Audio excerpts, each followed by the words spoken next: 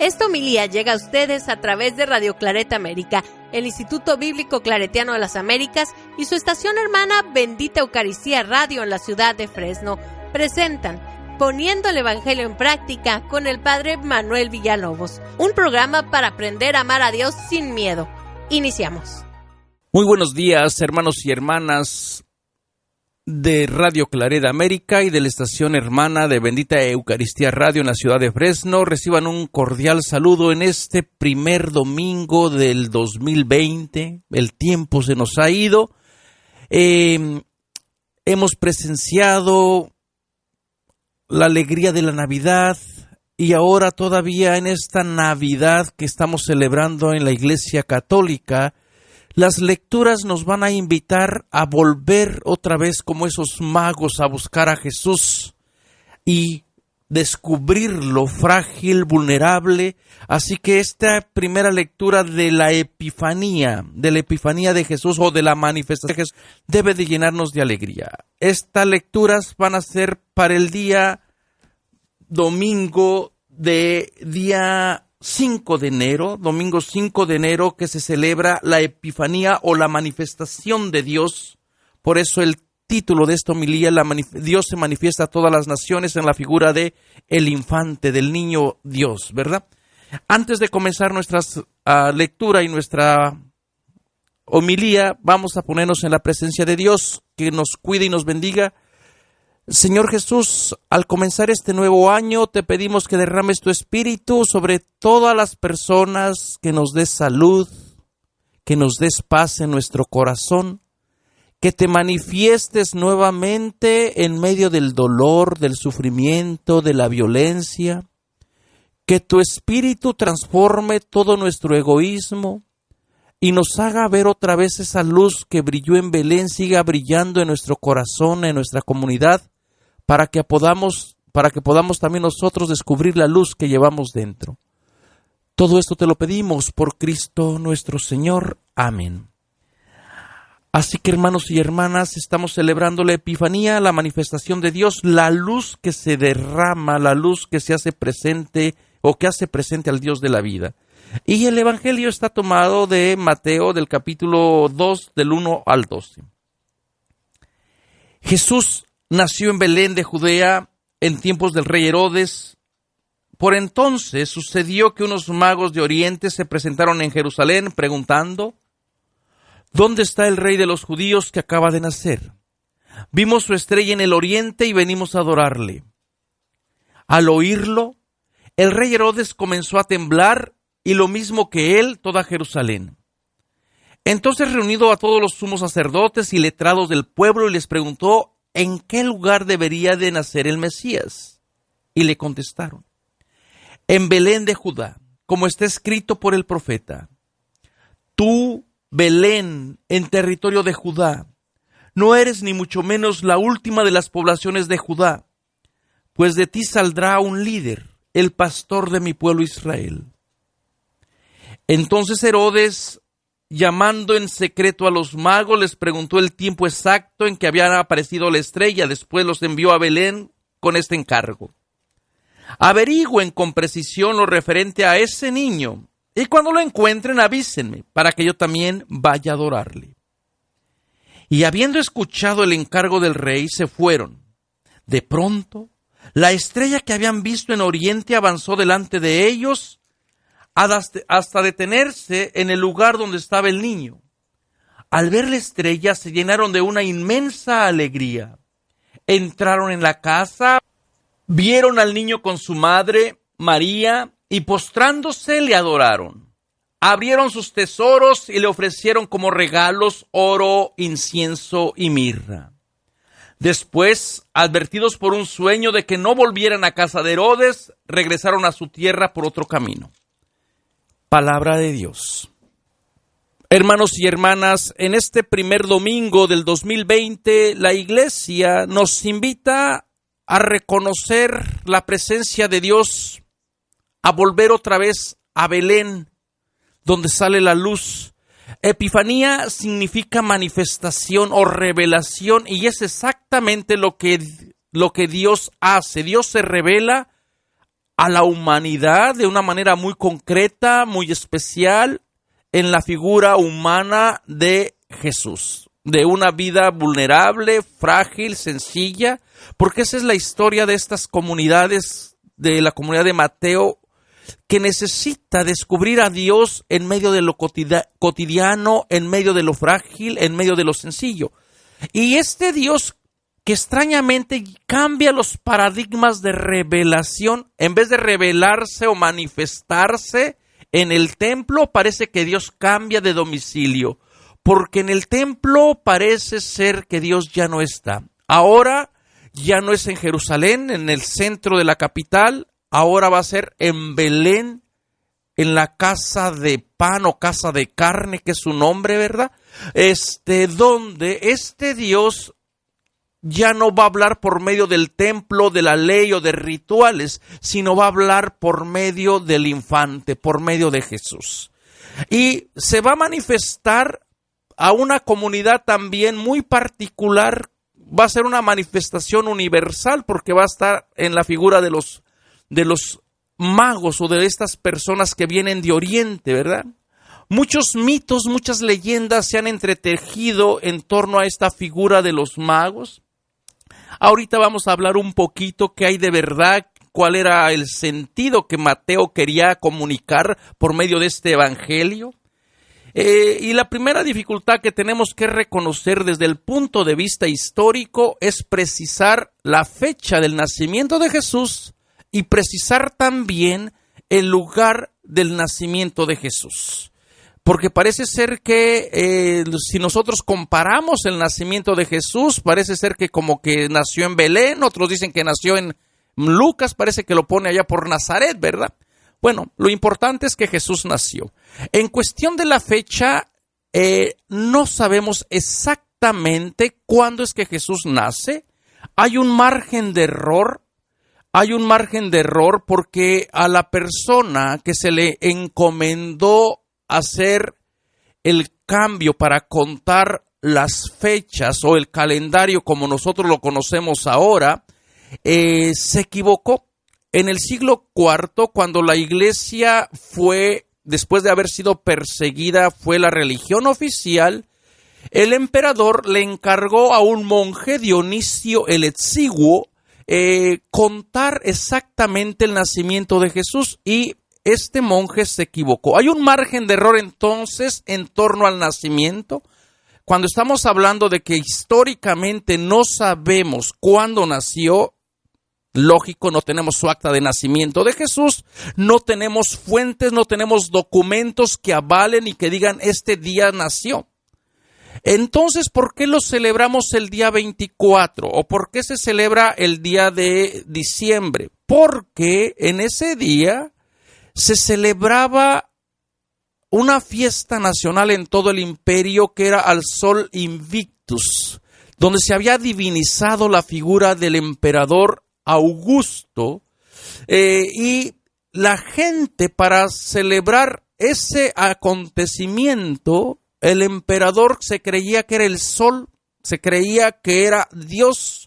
Las monedas llevaban su imagen del emperador, y también atrás de la imagen llevaban una inscripción que decía Divis Filius, Hijo de Dios. Y se celebraba el día 24 también por el comienzo del invierno, de la noche más larga. Entonces era una fiesta que también casi que hablaba como de vida y de muerte, ¿no? De luz, de tinieblas a luz.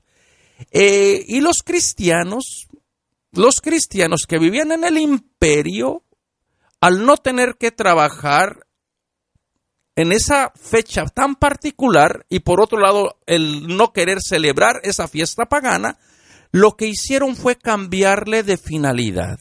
Si en el mundo pagano se celebraba al Sol Invictus, la gente comenzó a celebrar al verdadero sol que nace de lo alto, como va a decir el Evangelio de Lucas. Entonces se comenzó a cambiar el significado de la fecha y se comenzó a celebrar no al emperador, sino a Jesús, el nacimiento de Jesús.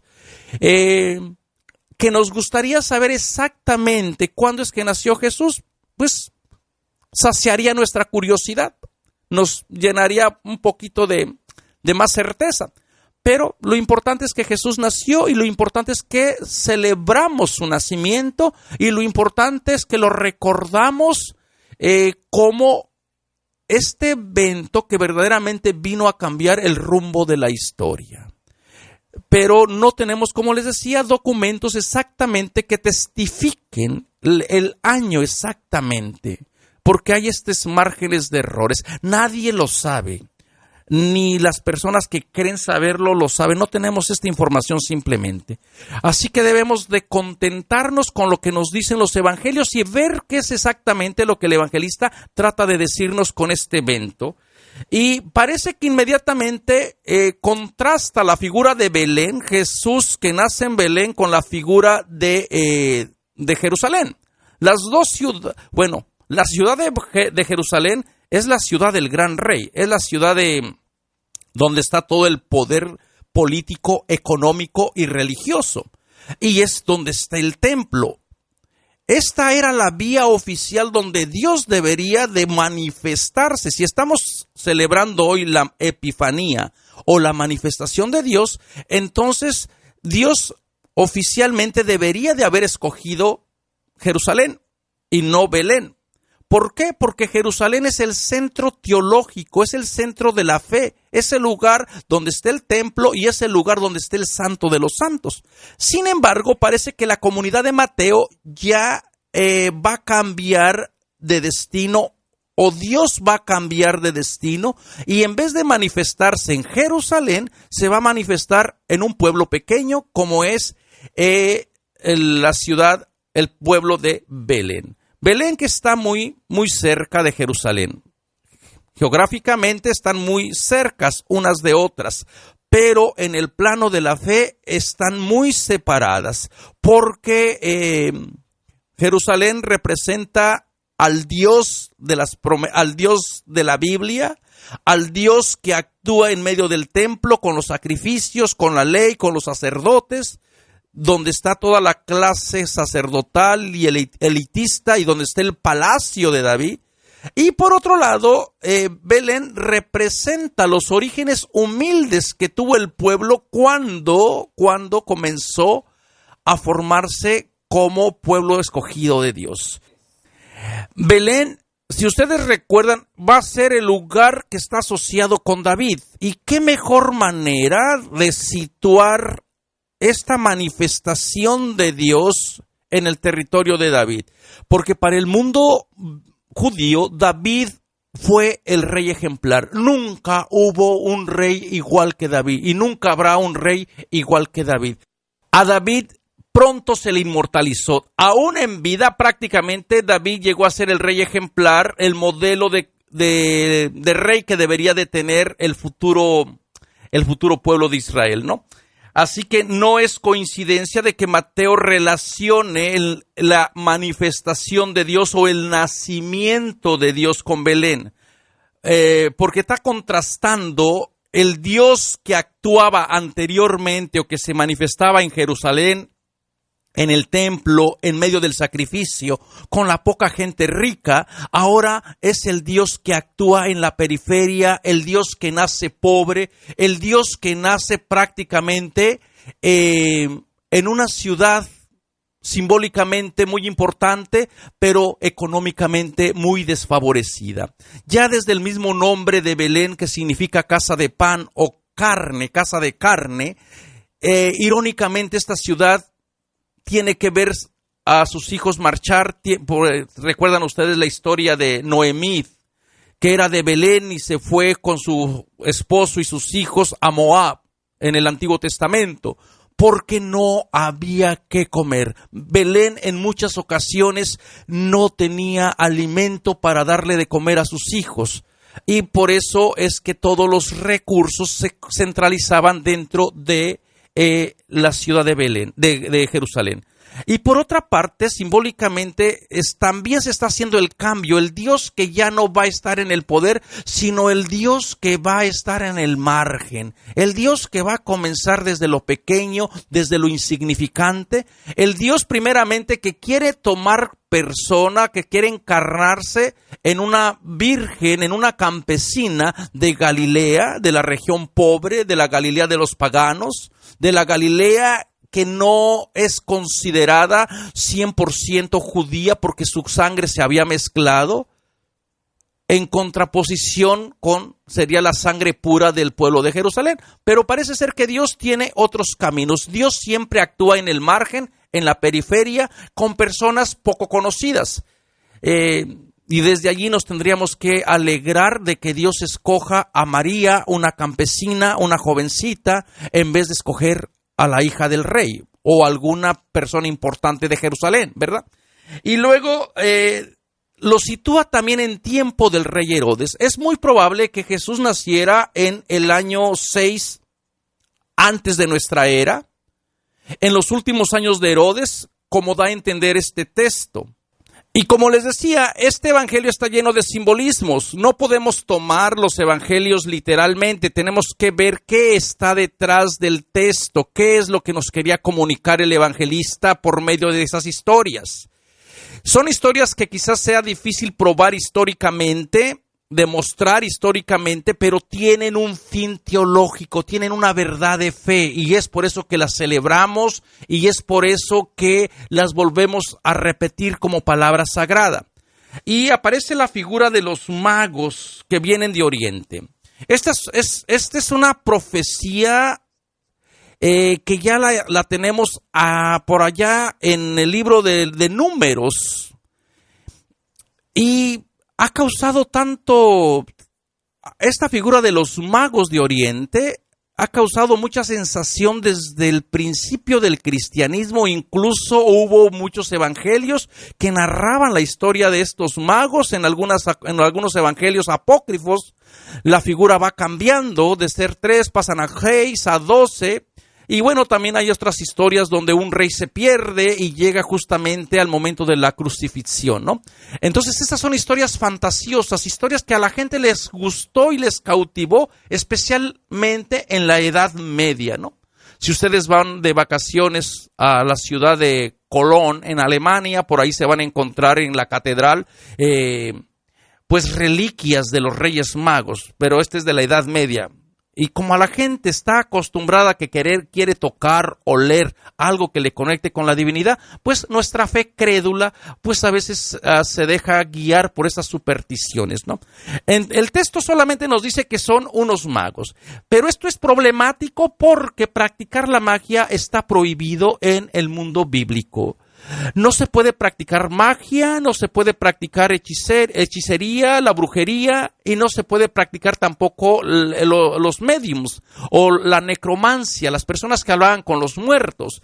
Entonces, más bien estaríamos hablando que serían gente que viene de Oriente, posiblemente de Persia, que serían gente estudiosa de la astrología, porque en la antigüedad la gente estaba fascinada con las estrellas y la astrología, una ciencia que estaba muy desarrollada en estos países.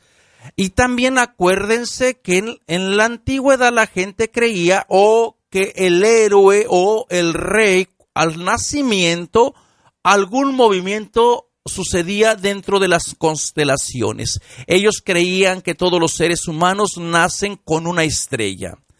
Y de acuerdo a la estrella que uno nazca, va a ser su actuar en la vida, va a ser su destino. Si la estrella de una persona brilla más o aparece el cometa, esto simboliza que esta persona va a ser un héroe o va a ser prácticamente el rey de la comunidad. Y Mateo parece que juega con ese simbolismo también, esas creencias, y presenta esta estrella con esta finalidad de decir, bueno, ya no es Herodes el que representa a Dios, porque Herodes es asesino, Herodes explota, Herodes oprime, Dios va a tener una nueva relación con otro nuevo rey, pero un rey que nace no desde el poder, no desde el palacio, sino un rey que nace desde lo humilde, desde lo pobre, desde el margen, desde donde está la gente que no cuenta. Y la imagen de los magos entonces representaría a todos los pueblos que se van a ir congregando en torno a la nueva manifestación de Dios. Serían todas aquellas naciones que de alguna manera estaban ya escuchando el mensaje del Evangelio y que se iban integrando al movimiento de Jesús, que le iban creyendo a su propuesta de vida. Recordemos que estos evangelios se escriben después que ya han sucedido todos los eventos. Este evangelio de Mateo lo estamos situando posiblemente alrededor del año 70. Entonces estamos hablando de que la comunidad está creciendo y la comunidad encuentra dificultad en aceptar a los hermanos y hermanas de otras culturas, de otras maneras de pensar, de otras lenguas, porque quieren que toda la gente respete la ley judía. Y parece ser que este evangelio nos manifiesta esta tensión: o abrimos la propuesta del nuevo rey, del nuevo Dios humanizado a toda la humanidad, o nos quedamos nuevamente creyendo de que Dios solamente viene para el pueblo de Israel. Y parece ser que Mateo está abriendo esta posibilidad de decir, en el nacimiento de Jesús, en este nuevo rey, en este nuevo Mesías, todos los pueblos, todas las culturas son incluidas. Y también estaría trayendo a la memoria aquellas ideas mesiánicas del profeta Isaías, de vendrán reyes numerosos de oriente, te van a traer tus dones, vendrán gente trayéndote las ofrendas de oro, de marfil, de las islas remotas, a postrarse hacia ti. La gente del pueblo de Israel tenía esta noción universal de que en algún momento toda la humanidad iba a reconocer al Dios Yahvé. Mateo posiblemente está jugando con esta idea de decir, el tiempo de la espera ha terminado. Ahora es el momento de que este Dios se vuelve a manifestar, este Dios vuelve a hacerse visible, tangible, lo pueden tocar, lo pueden ver, se le pueden acercar, se le pueden adorar. Y este nuevo rey es un rey para toda la humanidad. Y en vez de exigir tributos, la gente gratuitamente da lo que tiene, ¿no? Simbólicamente hablando, y la alegría que produce la estrella. Y fíjense que esta idea de la estrella que va guiando a la comunidad, a los que se van incorporando, pues también va a entrar en conflicto, porque habrá gente que no quiera que otras personas experimenten a Dios, ¿verdad? ¿Y quiénes serán esta gente? Pues la gente del poder. Si de pronto Dios se manifiesta como el nuevo rey, pero un rey que no está en palacios, sino en una casa o en una cueva o en un pueblo perdido, es lógico que la otra gente, que el rey autoritario y déspota como sería Herodes, no quiera pertenecer a esta nueva relación, a esta nueva comunidad. Y va a entrar en conflicto no solamente Herodes porque tiene el poder. Dice que al oírlo Herodes comenzó a temblar, y lo mismo que él, toda Jerusalén. Toda Jerusalén, porque también están todavía anclados al pasado. Todavía cree la gente de Jerusalén que Dios tiene que manifestarse única y exclusivamente por medio del templo, por medio del santuario, por medio de la ley, por medio de la gente del poder. No se han dado cuenta que las normas de Dios han cambiado. Ahora este Dios humanizado, este Dios pequeño que nace dentro de lo insignificante, es capaz de atraer a toda la humanidad que antes no era bienvenida, porque el pueblo judío mantenía sus separaciones entre los que eran judíos y los que no lo eran, ¿no? Y es lógico que quieran seguir con esta misma teología. Les está costando trabajo admitir a otra gente que está creyendo en la propuesta de Jesús. Y desde el punto de vista de las Escrituras, parece ser que los letrados, los sumos sacerdotes, saben de una tradición donde Dios acoge a todo mundo. Saben que es en Belén donde va a manifestarse Dios. Pero el saber no implica que la gente esté de acuerdo, ¿verdad? No se trata de saber dónde nace Dios, por eso les decía al principio. No se trata de tener el conocimiento exacto, se trata de vivir con la propuesta de Jesús. Esta gente sabe, y te cita textualmente al profeta Miqueas, tú, Belén del territorio de Judá, no eres mucho menos la más pequeña, porque de ti va a salir el caudillo. Sin embargo, no se atreven a vivir o no van a Belén como están en búsqueda los magos. La gente sabe de Dios, pero no vive a Dios. Y yo creo que aquí también sería un momento para reflexionar, hermanos y hermanas. ¿Cuántas veces nosotros sabemos mucho de Jesús? Sabemos mucho del catecismo, sabemos mucho de lo que la iglesia dice, pero no se trata de saber mucho. Se trata más bien de vivir día con día los valores de Jesús, de vivir día con día su amor, su compasión, su misericordia. Esta gente letrada que sabía dónde debería de nacer el Mesías, sin embargo se quedan en Jerusalén, en el centro, en el poder. Muchas veces nosotros también no queremos salir de nuestra zona de confort y nos quedamos más bien con lo que ya sabemos, con lo que ya conocemos, y no nos dejamos sorprender con este Dios que están haciendo, con este Dios que se está manifestando en cada momento. Y a lo mejor Dios ya no se manifiesta tanto, o no se manifiesta única y exclusivamente en los medios oficiales, que ahora serían el templo, los sacramentos.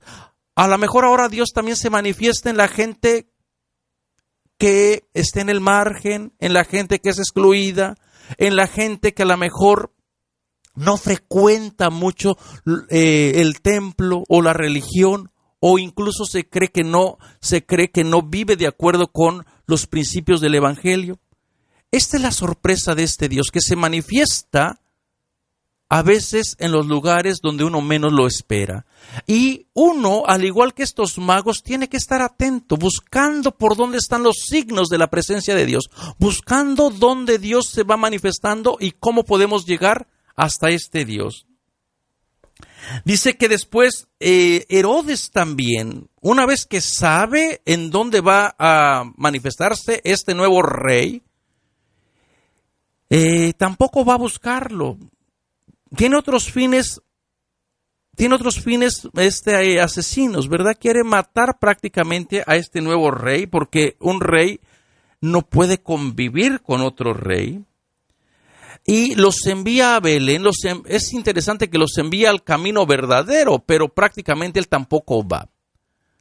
Muchas veces nosotros también hacemos esto, ¿verdad? Invitamos a gente a participar, a veces en la Eucaristía, pero nosotros no vamos. Invitamos a veces gente a acercarse a Dios, pero nuestra vida y nuestros actos dicen otra cosa.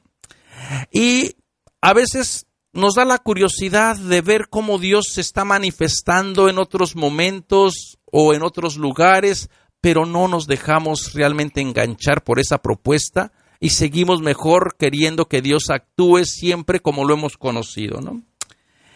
Entonces, los magos parece ser que se reorientan, fueron a Jerusalén y no encontraron la presencia de Dios. Dios no habita en Jerusalén. Y claro, prácticamente para la comunidad, Jerusalén solamente va a ser la ciudad asesina. Jesús por eso es que solamente va, según los evangelios sinópticos, va una vez a Jerusalén y solamente va prácticamente para que lo asesinen, para que lo crucifiquen. Porque Jerusalén se vuelve asesina, se vuelve arrogante, se vuelve prepotente y mata a los enviados que Dios le da. Porque ya viven sin Dios. Y por eso también la idea de la purificación del templo, porque el templo dejó de ser la casa de Dios. Dios cambió de dirección, Dios cambia de casa, ya no es el templo, ahora, como les decía, es el pueblo de Belén que quiere ser casa de pan, casa de alimento, casa de acogida, casa de apertura, casa de aceptación para toda la gente que lo busca. Y este Dios se deja encontrar, la estrella brilla más. Dice, al ver la estrella se llenaron de una inmensa alegría. esta historia de la estrella también aparece por allá, como les decía, en el libro de Números. Hay dos personajes muy importantes en el libro de los Números. Está el personaje de Balaam, que es profeta, y Balac, que era un rey que no le quería permitir el paso a los israelitas cuando venían de la tierra prometida. Y Balac manda a sus siervos con Balaam, que era un profeta, no de Yahvé, sino de otros dioses, y le paga, le dice, ven a que maldigas a este pueblo porque viene como una plaga. Sabemos que por donde pasa el pueblo de Israel destruye todo. Y Balaam se decide ir a maldecir al pueblo de Israel, pero en la noche Dios Yahvé se le presenta y le dice, con este pueblo no te metas porque tiene mi protección.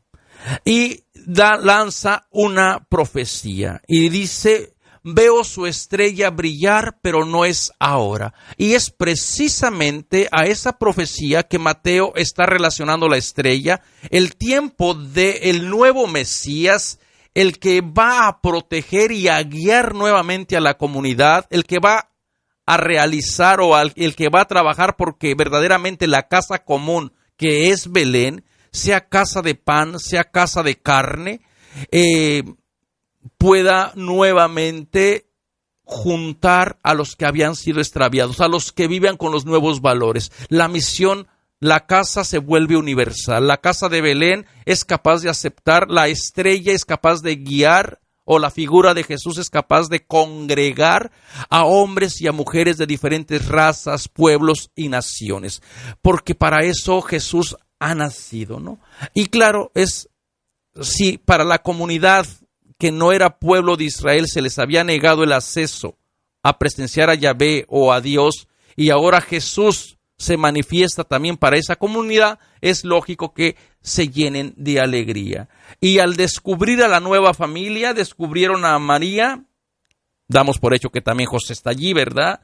Y al niño se le regalan lo que traen. Y de aquí viene la tradición de que, traen que eran 3 personas porque regalaron 3 regalos, pero no necesariamente. Una persona puede regalar los 3 regalos en nombre de una, ¿verdad? El número de los Reyes Magos, ¿a quién no le ha fascinado, no? En nuestra tradición mexicana los hemos hasta bautizado, les hemos puesto raza, color, y les hemos puesto también los animales en que venía cada rey, ¿no? Melchor, Gaspar y Baltasar. Pero esto no lo dicen los evangelios.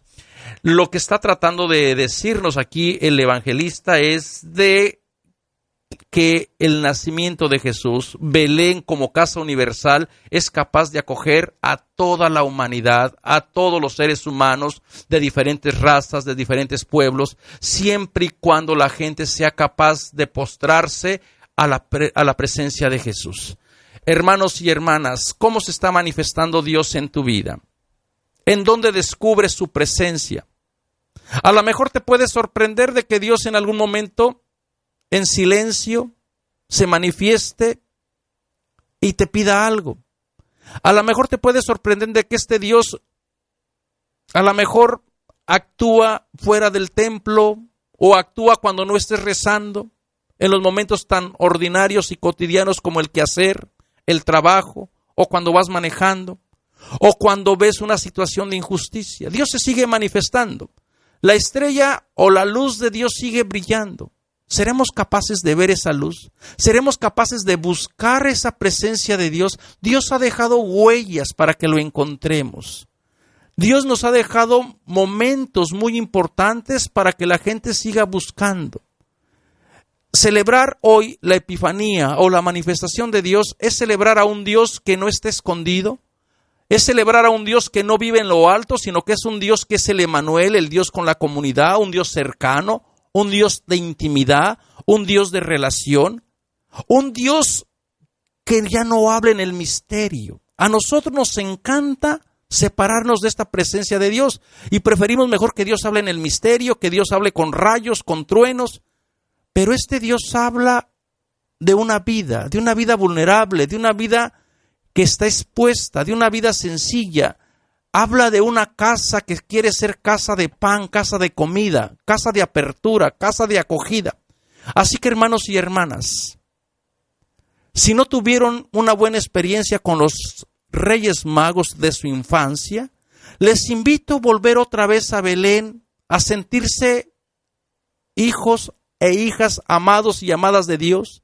Les invito a buscar la estrella, a buscar la luz que ustedes llevan dentro, porque en esa luz, como dice el Salmo, en la luz de Dios vamos a encontrar nuestra propia luz. Volvamos otra vez a Belén, hagamos de esta casa una casa común donde todas las personas puedan celebrar la vida. Entonces, hermanos y hermanas, podemos decir que hemos encontrado a José, a María y al niño. Que tengan muy buen inicio de año, que todos sus deseos que ustedes tienen, que todas las buenas cosas que le han pedido a Dios se les conceda, porque Dios es un Dios que se deja conocer y es un Dios que vive en ustedes. Y recuerden que si en el transcurso del año nosotros nos olvidamos de Dios, que Dios no se olvide de nosotros, que Dios no se olvide que lo necesitamos y que Dios en su luz nos deje ver nuestra propia luz. Nos vemos hasta la próxima semana. Los invitamos a escuchar más programas de crecimiento espiritual y emocional en radioclaretaamerica.com y a seguir en YouTube a la Escuela Bíblica Claretiana de las Américas. Visite ibicla.org.